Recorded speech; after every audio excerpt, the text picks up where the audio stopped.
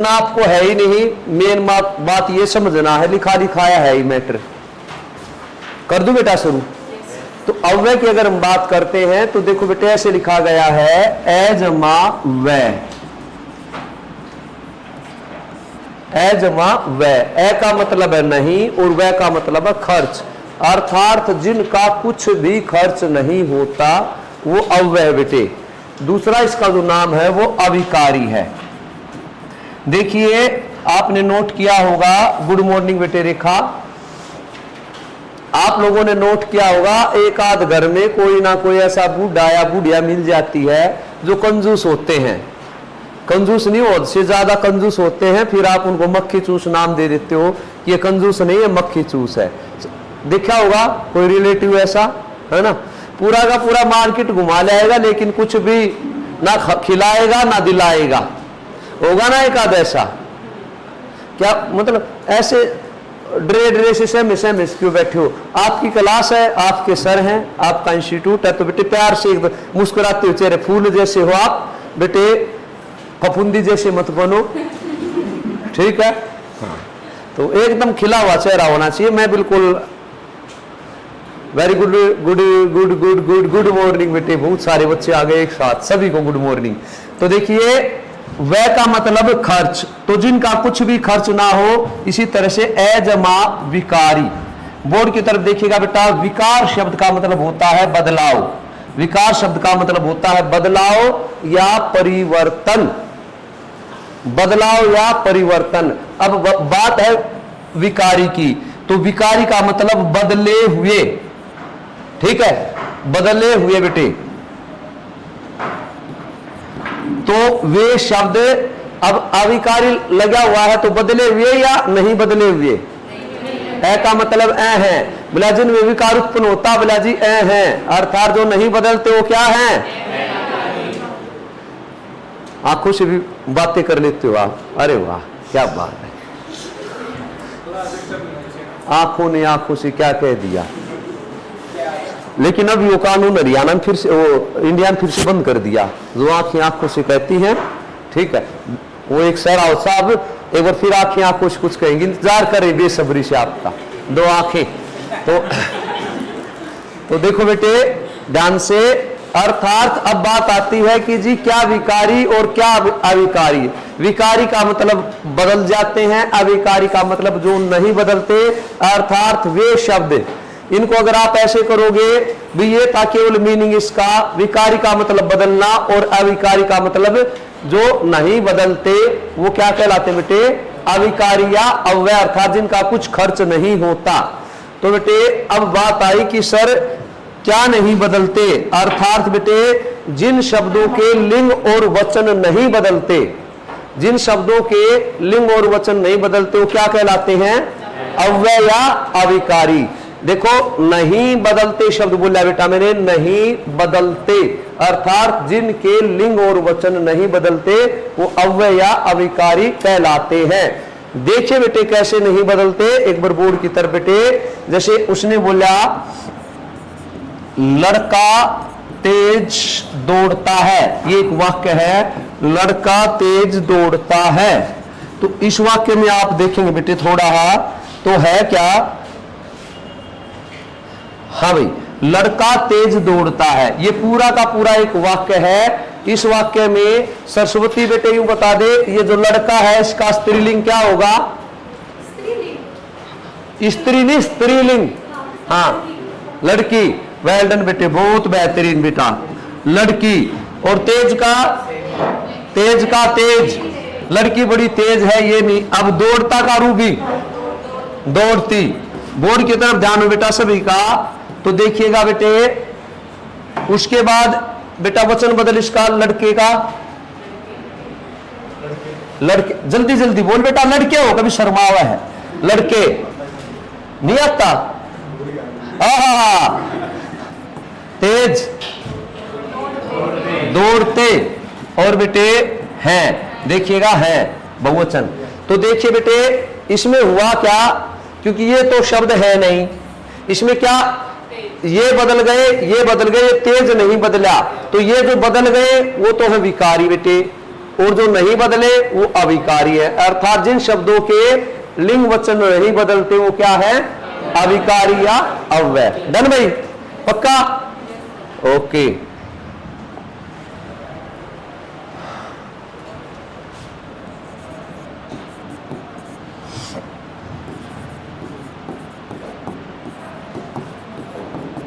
निशा बता इसमें अविकारी शब्द कौन सा है? शौकीन, अंशिदया फटाफट बता बेटी, लाउडली बोल, ठीक बोल रही बेटे।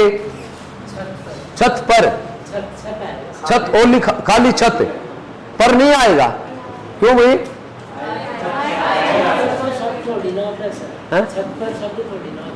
पर इसके साथ जोड़ने में कोई वैसे बुराई नहीं है।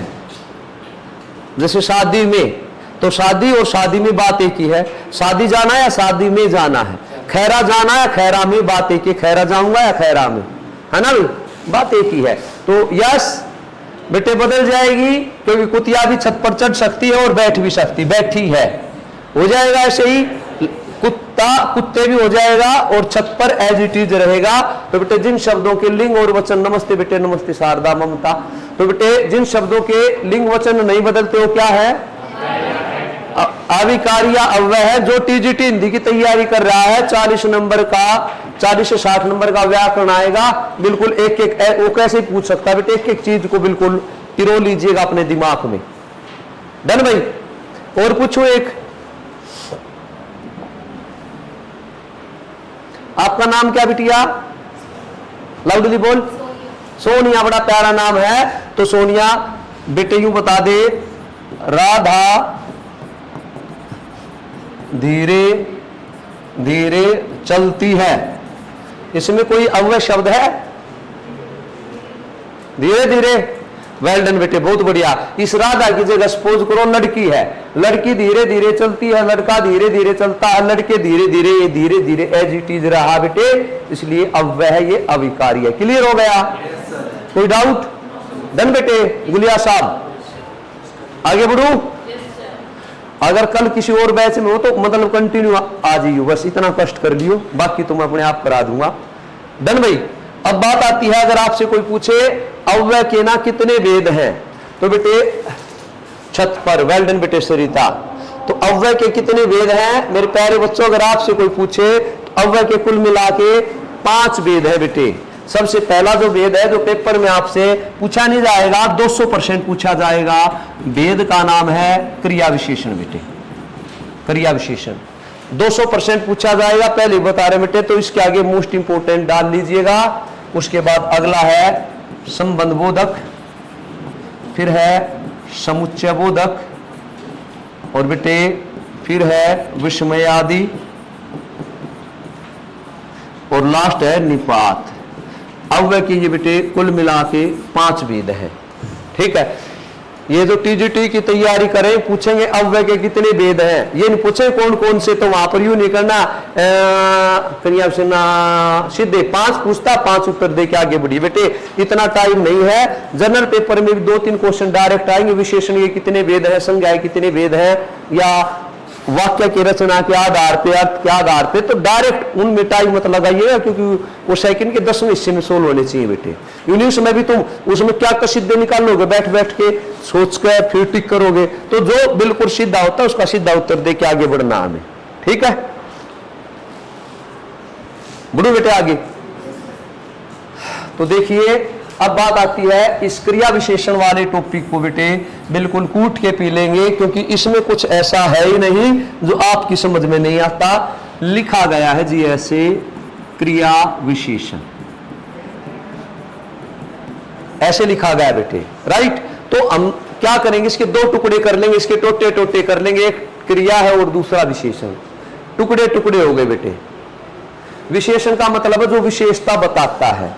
अगर खाली विशेषता बताता है, खाली विशेषण आ जाए तो विशेषता बताएगा सर्वनाम की और संज्ञा की बेटे। लेकिन यहां इसके आगे ना क्रिया शब्द पहले ही जुड़ गया, तो बेटे जो क्रिया की विशेषता बताता है वो क्रिया विशेषण, जो क्रिया की विशेषता बताता है वो क्या है, क्रिया विशेषण है। वेल डन बेटे, बहुत बढ़िया। तो अब यूं बताइए आप, जो क्रिया की विशेषता बताता है वो क्रिया विशेषण है। तो एक क्वेश्चन है, डागर बता बेटी, क्वेश्चन में ये बता कि जहां पर क्रिया विशेषण होगा बेटिया वहां पर क्रिया का होना आवश्यक है, पक्का? क्यों? वेल डन बेटे, क्योंकि वो क्रिया की विशेषता बताता है, इसलिए जहां पर क्रिया होगी वहीं पर क्रिया विशेषण होगा। एक बोर्ड की तरफ देख लो बेटे, क्या है, क्यों इतने ख्वाबों में खोए रहते हो, खोए खोए रहते हो, सोए सोए रहते हो, पता नहीं।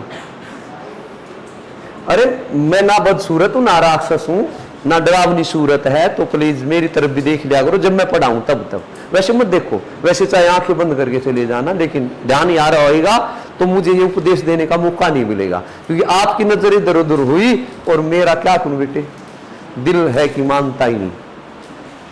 ठीक है, तो देखिए तब बात आती है, उसने लिखा, हाँ बेटे इधर देख, बोर्ड की तरफ देख या मेरी तरफ देख, ये जो तुम ये ऐसे नजरें झुकाए बैठे हो ना, पलखे उठा के पलखे गिराना, गजब छा जाएगा अगर पेपर में आ गया तो ये। ठीक है, तो देखिए एक शब्द है, पूछ लूं? अच्छा, उसने बोला रोहित 2 किलोग्राम आम लाया। रोहित 2 किलोग्राम आम लाया, तो बेटे बता दे इस वाक्य में क्रिया विशेषण है या नहीं?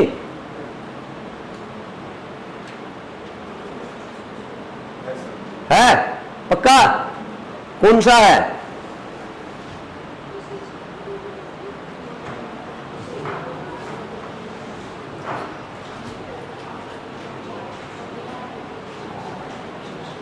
व्याकरण बिल्कुल डलवा देंगे, डलवाएंगे, सरिता डेफिनेट डलेगा बेटा। अभी पेपर टेस्ट सीरीज में बहुत सारा डालवा रखा व्याकरण का पोर्शन मैंने। थैंक यू मैडम, गर्मी में इतनी हिम्मत का काम है, भगवान आपको हमेशा खुश रखे। तो जी यही आशीर्वाद दे सकते हैं और क्या दे, बूढ़ी वाला आशीर्वाद अभी मैं दूंगा नहीं। अच्छा, मैं तो किसी को नाराज करता ही नहीं। हाँ ऐसा भी। अच्छा, तो देखिए प्यारे बच्चों, एक ये है रोहित के पास 2 किलोग्राम आम है, तो वहां पर वो आम उसके पास रखे हुए हैं, वो लेकर नहीं आया है, उसने खाए नहीं है बेटे। ठीक है, तो वहां पर क्रिया विशेषण नहीं होगा। ये जो लाना है ना, ये जो लाया है ये क्रिया है, इसलिए 2 किलोग्राम बेटे क्रिया विशेषण। बिल्कुल ठीक है बेटे, घबरा मत कर, ऐसे धीरे धीरे प्रैक्टिस हो जाएगी मेरी बेटी की।